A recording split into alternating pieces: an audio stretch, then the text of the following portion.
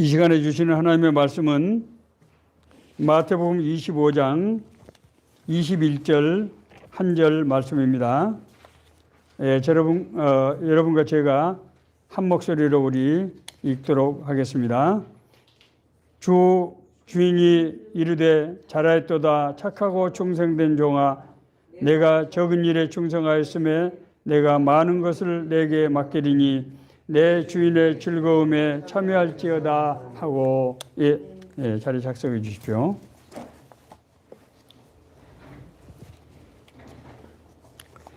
지난주에 우리 교회에서는 롯의 비극이라는 설교를 통해서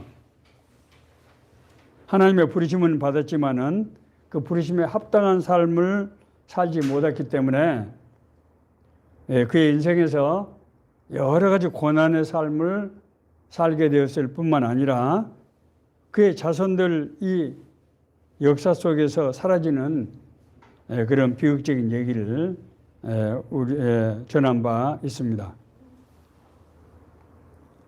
제가 신앙생활을 하면서 늘 이상하게 생각하는 것이 있었는데, 우리가 신앙생활을 하는 데 있어서 구원의 문제에 대해서는 정말 엄청난 시간과 노력을 다해서 강조하는데, 구원받는 자의 삶을 통해서 상급을 받는 문제는 다소 소홀히 다뤄지는 것이 아닌가 하는 그런 생각을 늘 하게 되었습니다. 구원은 하나님의 은혜로 이루어지기 때문에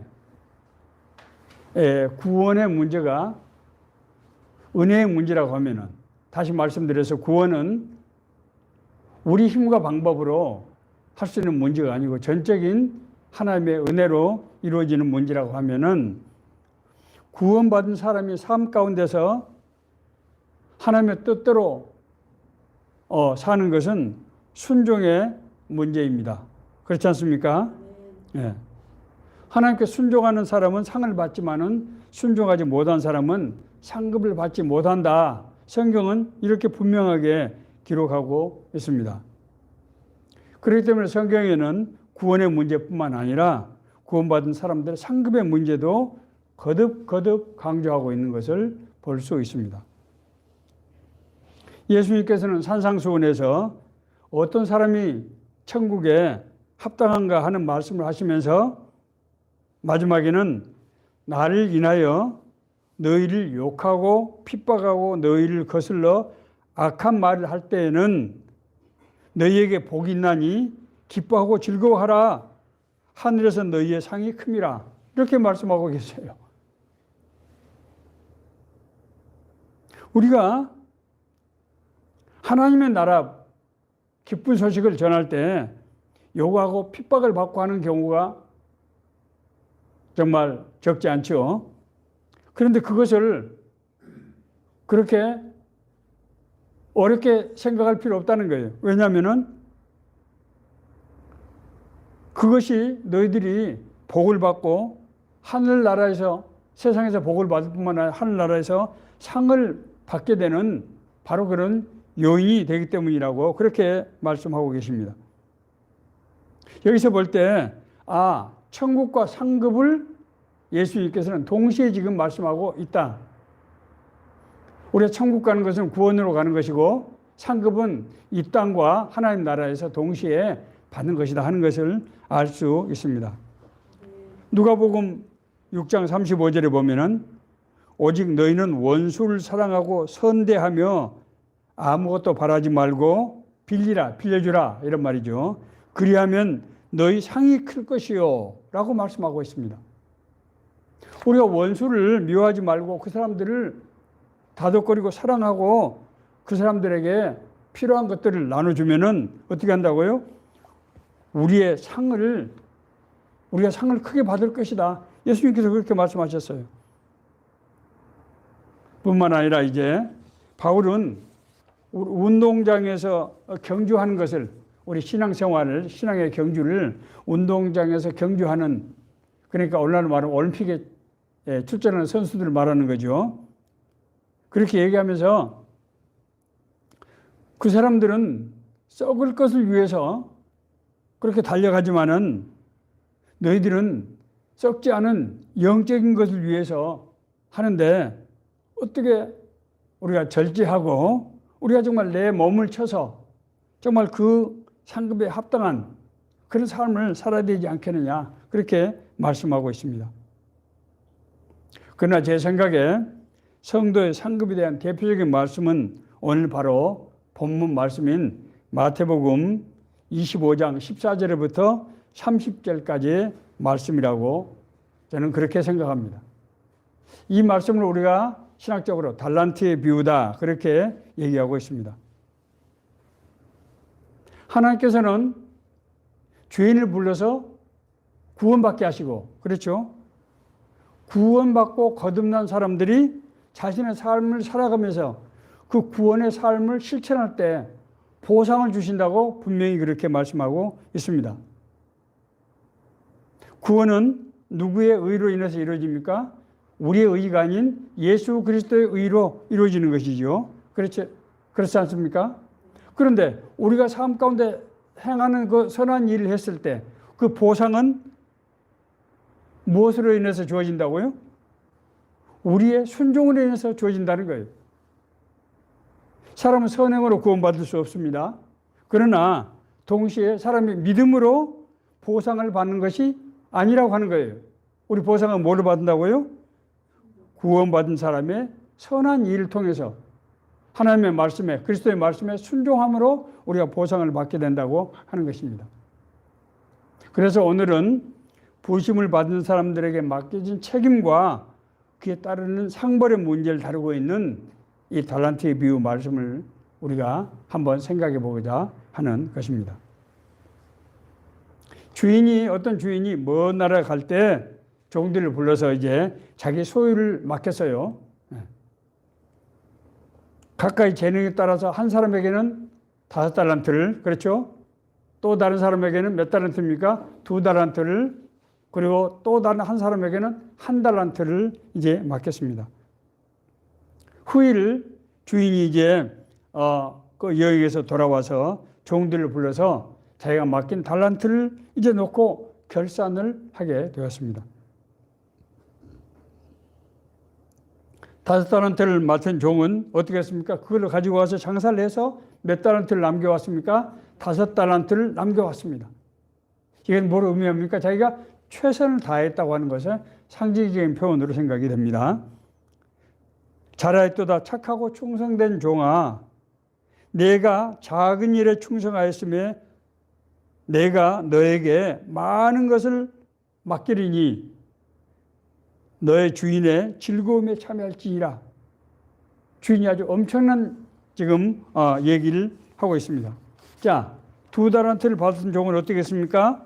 2달란트를 받은 종도 자신이 받은 돈으로 대처에 나가서 장사를 해서 또 2달란트를 남겨서 주인에게 줬는데, 이때도 주인은 5달란트를 남겨온 종에게 했던 것과 똑같은 그 축복의 말을 하는 것을 볼 수 있습니다.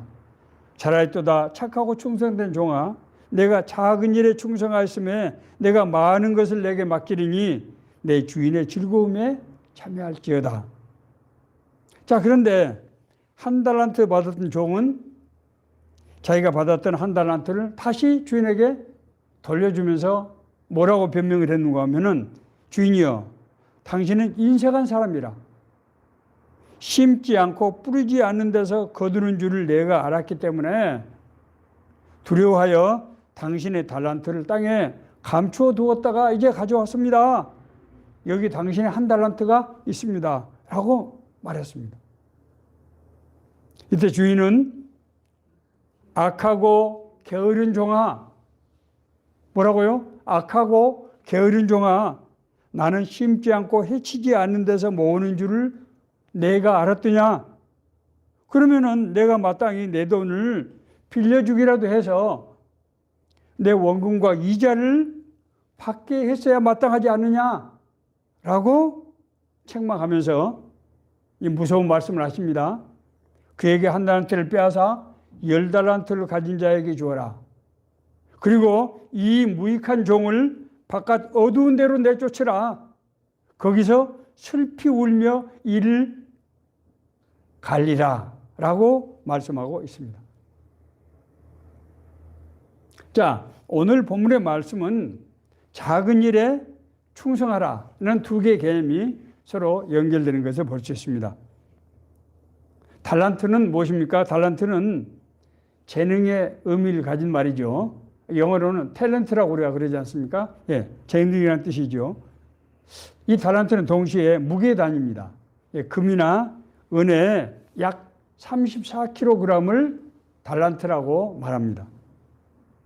화폐 가치로 볼 때 한 달란트는 6천 데나리온에 해당되는데, 한 데나리온은 근로자 한 사람의 하루의 품삯을 말합니다. 그러니까 오늘날 근로자 하루의 품삯을 10만 원으로 치자고요. 그러면은 한 달란트는 얼마가 됩니까? 약 6억 원 정도에 해당되는 돈입니다.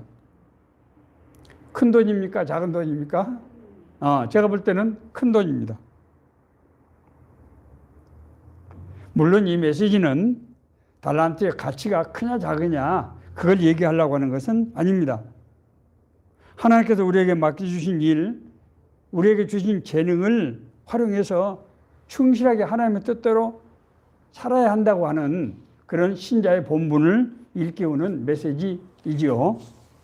자, 그렇다면 우리가 먼저 하나님께서 맡겨주신 이 일은 어떤 일일까? 하는 문제를 먼저 우리가 생각해 봐야 할 것입니다. 자, 그것은 오늘 메시지에 작은 일에 충성하라고 하신 그 메시지에 그 답이 있다고 저는 생각합니다. 자, 그런데 주인은 맡겨진 일에 충성하라 이렇게 말해야 될 것 같은데 뭐라고 말씀하셨습니까? 작은 일에 충성하라고 그렇게 말씀하셨습니다. 왜 작지 않은 돈인데 그것을 작은 일이라고 하셨을까? 맡겨진 일에 충성하라고 하는 것이 정확한 표현일 텐데 왜 주인은 맡겨진 일이 아니고 작은 일에 충성하라고 하셨을까? 여기에 작은 일은 작게 보이지만은 결코 작은 것이 아니라는 일을 시사하고 있는 것을 우리가 알 수 있습니다. 이제 그리고 보면은 예수님께서 하신 말씀 중에 작은 일과 유사한 표현들이 성경에 많이 나오는 것을 우리는 볼 수 있습니다. 마태복음의 5장에서 7장에 이르는 산상수훈에서 예수님께서는 천국의 길을 뭐라고 얘기합니까? 좁은 문, 좁은 길이라고 얘기합니다. 좁은 문, 좁은 길은 작은 것입니까? 큰 것입니까? 작은 것이죠. 예. 천국에 합당한 사람을 어떤 사람이라고 말합니까? 심령이 가난한 사람, 애통하는 사람이라고 얘기하고 있습니다. 심령이 가난한 사람, 애통하는 사람은 작은 사람입니까? 큰 사람입니까? 작은 사람이지요. 예수님께서 공생을 시작하시면서 나사렛 회당에서 하신 첫 번째 메시지도 뭡니까? 주의 성령이 내게 임하셨으니 이는 가난한 자에게 복음을 전하게 하시려고 내게 기름을 부으시고 나를 보내사 포로된 자에게 자유를, 눈먼 자에게 다시 보게 함을 전파하며 눌린 자를 자유케 하고. 자, 포로된 자, 눈먼 자, 눌린 자는 작은 자입니까? 큰 자입니까? 작은 자입니다. 이 오늘 마태복음 25장 달란트 비유에 이어서 나오는 양과 염소의 비유에서도 예수님은 의인과 불의한 자를 구분하시면서 악인은 헐벗었을 때 의인은 헐벗었을 때 옷을 입혔고 병들을 때 돌아보았고 줄일 때 음식을 대접한 자들이다. 그렇게 얘기합니다. 예수님께서 말씀하신 헐벗을 때 옷을 입혀주고 병들었을 때 한번 돌아보고 줄일 때 음식을 대접한 것은 엄청나게 크고 중요한 일입니까? 아닙니까? 엄청나게 크고 중요한 일이라고 하기는 어려운 일이죠. 작은 일입니다. 작은 일. 작은 사랑으로 어려운 이들을 돌본 그 사람들을 예수님은 누구라고 얘기하고 있습니까? 의인이라고 얘기하고 그 작은 일을 하지 않은 사람을 악한 자, 악인이라고 그렇게 말씀하고 그 뒤에 정말 무서운 말씀을 하시는 것을 볼 수 있습니다. 뿐만이 아닙니다. 오늘 본문 말씀은 작은 일에 충성하라고 작은 일과 충성을 연결시키고 있습니다. 우리가 왜 작은 일에 예수님께서 충성하라고 말씀하신 걸까요? 결코 작은 일이 아니기 때문이고 그 일은 왜 작은 일이 아닙니까? 하나님께서 맡기신 일이기 때문입니다. 천지 만물을 창조해 주신 하나님이 우리에게 어떤 역할을 맡기셨다고요. 우리에게 어떤 직임을 맡기셨어요. 자, 생각해 보세요. 내가 똑같은 일을 하더라도 그 일을 대통령이 나에게 부탁하는 것하고 우리 구멍가게 사장이 나에게 부탁하는 것하고 같습니까? 틀립니까? 대통령이 나한테 부탁하는 것은 국가적인 일이고 그 일이 꼭 필요한 일이기 때문에 맡기는 것이죠. 사람의 눈에는 하잘게 그렇게 보잘것없이 보인다고 하더라도 국가적으로 정말 없어서는 안 되는 일이에요. 오늘날 비행기는 2만여 개의 부속품이 있다고 합니다. 그런데 그 2만여 개 중에서 하나의 나트나 볼트 하나가 헐교에서 풀리면 어떤 일이 발생합니까? 비행기가 더 이상 나갈 수 없는 기능이 되지 않는 그런 엄청난 문제가 되는 것입니다. 작은 것은 결코 작은 것이 아니라고 하는 것입니다. 우리가 이상으로 살펴볼 때 이 작은 일이라고 하는 것은 하나님 나라의 일이라고 하는 것을 알 수 있습니다. 뿐만 아니라 하나님께서는 자기 종들이 5달란트와 2달란트를 똑같이 평가하는 것을 볼 때 작은 일은 진짜로 작은 것이 아니구나 하는 것을 우리가 알 수 있습니다. 자, 그렇다면 두 번째로 우리가 구체적으로 어떤 일이 우리가 충성을 해야 할, 충성해서 섬겨야 될 그런 대상의 작은 일인가 하는 것을 우리가 생각해 볼 필요가 있습니다. 본문에서 주인이 타국으로 갈 때 자기의 소유를 맡겼다가 와서 결산한다고 그렇게 얘기하고 있습니다. 주인이 먼 타국에 갔다가 돌아와서 결산한다고 하는 것은 무엇을 상징합니까? 그리스도의 재림을 상징하는 표현입니다. 이것은 다른 문제, 여러분, 재림이 무슨 상황입니까? 예수님의 재림은 구원받은 사람에게, 의인으로 인정받은 사람에게는 축복의 장이지만은 그렇지 못한 사람에게는 어떤 장입니까? 심판의 장. 영원한 이 불 속에 던져지는 그 심판의 장인 것입니다. 그러므로 오늘 예수님께서 말씀하신 이 말씀은 우리에게 주어진 삶 자체가 바로 하나님께서 맡기신 달란트라고 하는 것을 의미하고 있다고 하는 것을 우리가 알 수 있습니다. 하나님께서 우리를 택해서 구원하신 것은 우리를 향한 하나님의 뜻이 있다는 것입니다. 그러므로 바울은 자기 사랑하는 성도들에게 하나님의 부르심의 소망이 무엇인지를 너희가 알게 하기 위해서 하나님께서 너희들에게 마음의 문, 영안을 열어주시기를 간절히 바란다. 그렇게 기도하고 있는 것을 볼 수 있습니다. 그리고 바울은 하나님께서 받으시는 진정한 의미의 예배가 무엇인가에 대해서는 너희는 이 세대를 본받지 말고 마음을 새롭게 함으로 변화를 받아서 하나님의 선하시고 기뻐하시고 온전한 뜻이 무엇인지를 분별하는 것. 그렇게 사는 것이 바로 하나님께서 받으시는 바로 예배가 된다는 거예요. 뭡니까? 삶이 바로 우리 예배가 된다고 하는 것입니다. 자, 그렇다고 할 때 이제 오늘 예수님께서 말씀하신 달란트의 비유는 너무너무나 분명해진다고 하는 것입니다. 다시 말씀드리면은 달란트의 의미는 우리에게 맡겨진 삶을 하나님의 뜻대로 하나님이 기뻐하신 대로 행해야 된다고 하는 것입니다. 그것이 구원받고 거듭난 사람의 마땅히 해야 될 본분이라고 하는 것입니다. 그것은 우리의 인생의 목적이 무엇인가, 우리는 어떤 사람인가 하는 정체성과 존재의 의미를 말씀하고 있는 것입니다. 참고로 말씀드리면은 장로교의 기본 강령인 웨스트민스터 소요의 문답 제 1번 질문이 뭡니까? 인생의 첫째 목적이 무엇입니까? 그것은 하나님을 영화롭게 하고, 영화롭게 한다는 게 뭡니까? 하나님의 뜻을 받들어서 그 뜻대로 합당하게 사는 것이 하나님을 영화롭게 하는 것이죠. 그리고 그것을 영원토록 즐거워하는 것.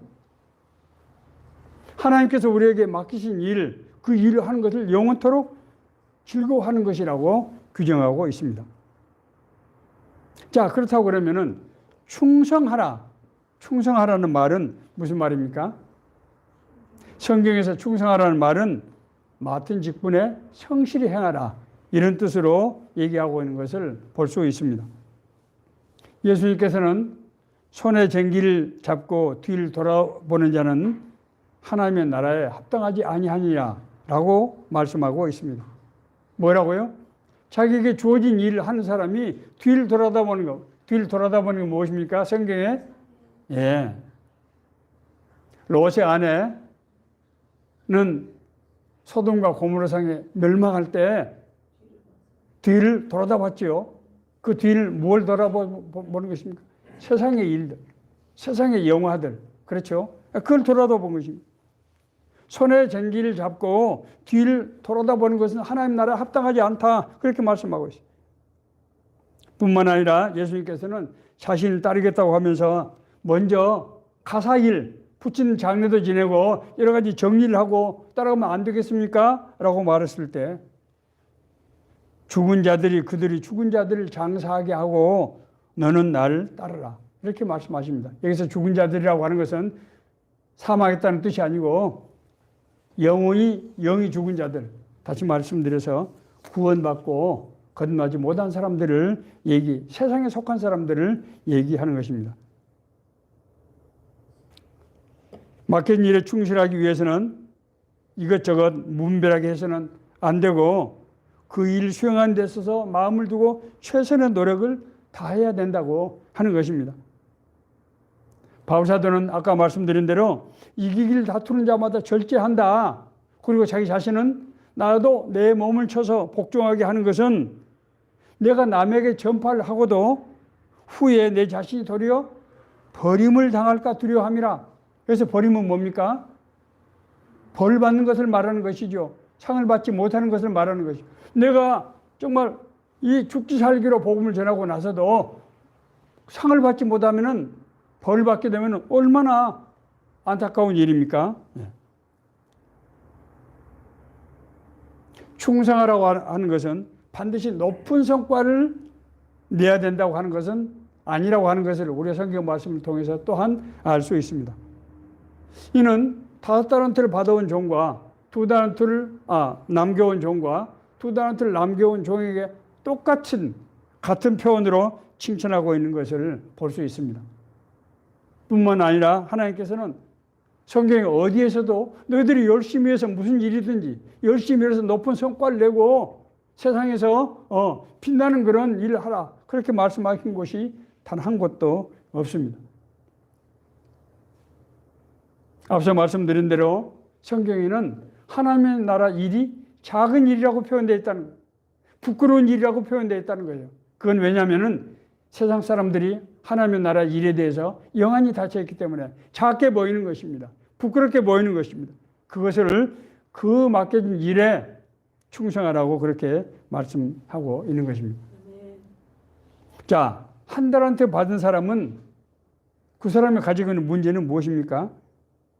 한 달한테를 받은 사람은 다른 종들에 비해서 적은 양을 받았습니다. 왜 적은 양을 받았을까요?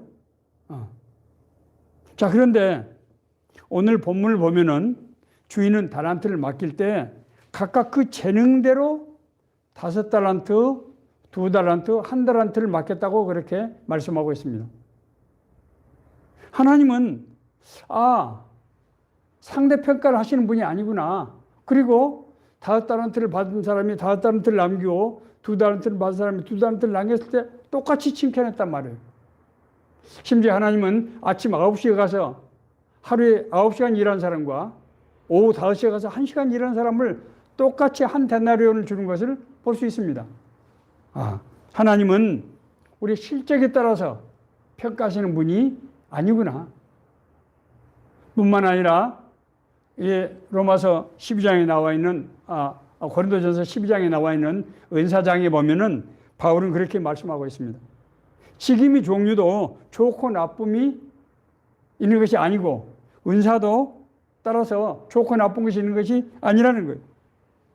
다 사도이겠느냐? 다 선지자이겠느냐? 다 병 고치는 은사이겠느냐? 다 방언 말하는 자이겠느냐? 여기서 사도라든지 선지자라든지 병 고치는 은사, 방언하는 은사는 남들이 다 부러워하는 은사 아닙니까? 그렇죠? 그러나 모든 은사가 다 똑같다는 거예요.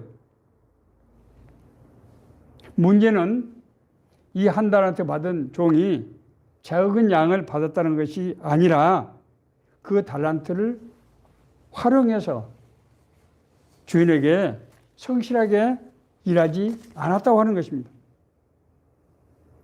그러면은 성경은 그가 왜 그렇게 자기 맡은 일에 성실하지 않았는가에 대해서 기록을 하고 있는데 그것은 뭡니까? 하나님에 대해서 잘못된 인식 때문이라고 하는 것을 성경은 지적하고 있습니다. 그는 자기 주인을 뭐라고 생각했습니까? 당신은 인색한 자로서 뿌리지도 않고 수고도 하지 않고 남이 심고 뿌려놓은 것을 거두드리는 지독한 사람이다.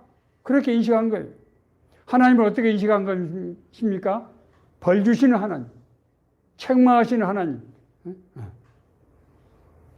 우리가 정말 마치 잘못되길 기다리고 있었다는 듯이 그렇게 질책하고 꾸지람하시는 하나님으로 이 사람은 인식했다는 것입니다. 하나님을 올바로 우리가 인식하게 되면은 하나님을 사랑하게 되고, 그렇죠? 하나님을 사랑하게 되면 어떻게 됩니까? 하나님이 기뻐하시는 일을 나도 기뻐하고 그렇게 살기를 원하는 그런 소원이 우리 안에서 생기는 것이죠. 성경에 이런 부정적인 생각은 인간의 죄성과 관련이 있다고 하는 것을 시사하는 말씀이 있습니다. 아담과 하와가 선악과를 먹고 나서 하나님께서 아담 보고 아담아 너는 왜 내가 먹지 말라는 그 과일을 먹었느냐 할 때 뭐라고 얘기합니까? 하나님께서 나에게 주셔서 나와 함께 하게 하신 여자, 그 여자가 나무의 열매를 내게 주었으므로 내가 먹었나이다. 뭐라고 하는 것입니까? 하나님을 두려워하고 하나님을 향한 원망, 지금 이 안에 들어있지요. 그것은 왜 그렇습니까? 그의 그릇된 사고에서 이미 하나님을 떠난 사람의 마음에서 나온 거에 된다고 하는 것입니다. 하나님께서 불성실한 사람이 자기를 가리기 위한 그런 변명에 지나지 않는다고 하는 것입니다. 한 달한테는 묻었다가 다시 가져온 종은 자기가 본전이니까 내가 잘못한 것이 아니다 라고 생각할지 모르지만은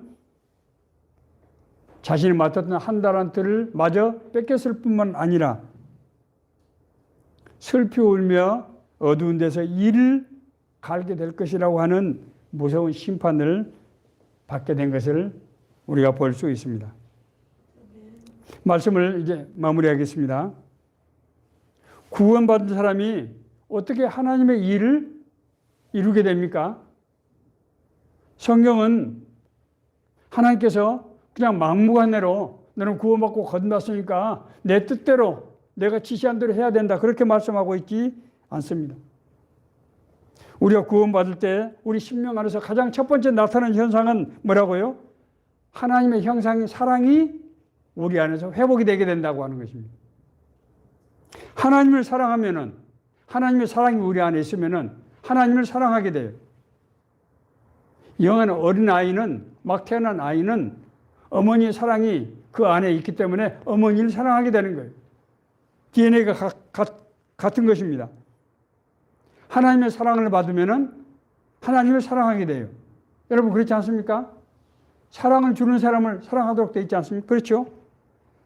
하나님을 사랑하면은 하나님을 사랑하는 사람의 뜻대로 원하는 대로 그렇게 살고자 하는 그런 이끌림이 우리 안에서 작동되게 하는 것이죠. 하나님은 그런 사랑을 우리에게 주셨어요. 그것이 구원의 은혜예요. 자, 문제는 우리는 여전히 그러나 육신을 타락한 죄된 육신을 가지고 있는 이 세상에서 살아야 되는 그런 운명이라고 하는 것입니다. 그렇지 않습니까? 그렇기 때문에 하나님의 사랑, 하나님의 은혜가 이 육신의 욕망, 이 육신의 소욕과 자꾸 마찰과 갈등을 빚게 됩니다. 그러므로 내가 한 법을 깨달았노니 그 선을 행하기 원하는 나에게 악이 함께 있는 곳이로다. 내 속사람으로는 하나님의 법을 즐거워하되 내 지체 속에서 한 다른 법이 내 마음의 법과 싸워 내 지체 속에 있는 죄의 법으로 나를 사로잡는 것을 보는도다. 이 한 달란트를 받은 종이 처음부터 아예 그냥 이거 땅속에다 파 묻었다가 그냥 오면 돌려줘야지라고 생각했을까요? 저는 그렇게까지 생각하지 않습니다. 이 사람도 구원받은 사람이지 않습니까? 그렇기 때문에 여러 날 고민했을 거예요. 야, 왜 저 사람들은 5달란트, 2달란트, 나는 1달란트밖에 안 줬지? 나를 무시하는 것인가? 내가 능력이 없는 건가? 그러면은 내가 어차피 아무리 많이 남긴다 하더라도 5달란트, 2달란트 받은 사람보다도 많이 남길 수가 없을 텐데 그럼 나는 어떻게 하지? 그러다가 만약에 이거 나는 1달란트 딱 이거 하나밖에 없는데 내가 5달란트를 가지고 있으면 실패를 하더라도 나중에 다시 회복할 수 있는 기회가 있는데 이거 1달란트를 가지고 이거마저 처음에 날려버리면은 나는 끝장나는 거 아니야? 아, 그러면은 내가 이걸 땅속에다 안전하게 묻었다가 돌려주는 것이 나에게 안전하겠다. 이런 갈등과 혼란의 과정을 거치지 않았을까요? 나는 그렇게 생각해요. 성경에 그렇게 기록하고 있지는 않지만은 그런 과정을 거쳤을 거라고 생각해요. 왜냐하면 그 사람이 하나님께 택하신 종이기 때문에. 여기서 우리가 기억해야 될 것은 우리가 구원받은 것은 하나님의 은혜로, 절대적인 은혜로 받은 것이지만은 구원받은 삶을 이루어가는 데는 뭐가 필요하다? 의지적인 믿음이 필요하다는 거예요. 하나님을 믿는 믿음이 뭐여야 된다? 의지적이어야 된다는 게 의지적. 우리의 의지로 내 안에 있는 그런 유혹들, 시험들, 혼란들을 극복할 수 있는 믿음이 있어야 된다는 거예요. 하나님께서는 아브라함에게 내가 너에게 지시할 땅으로 가라. 본토 친척 아비의 집을 떠나서 75세 된 사람이 자기 고향과 부모를 떠나서 미지의 땅, 알지 못하는 땅으로 지금 가는 거예요. 뭐가 필요합니까? 의지적인 믿음이 필요한 것입니다.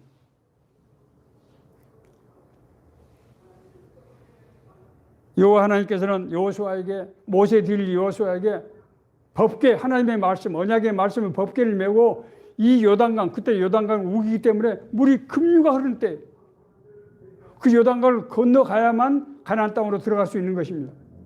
법궤를 메고 제사장들이 그 요단 물에 발을 들이라 그렇게 말씀하셨어요. 이것은 뭘 얘기합니까?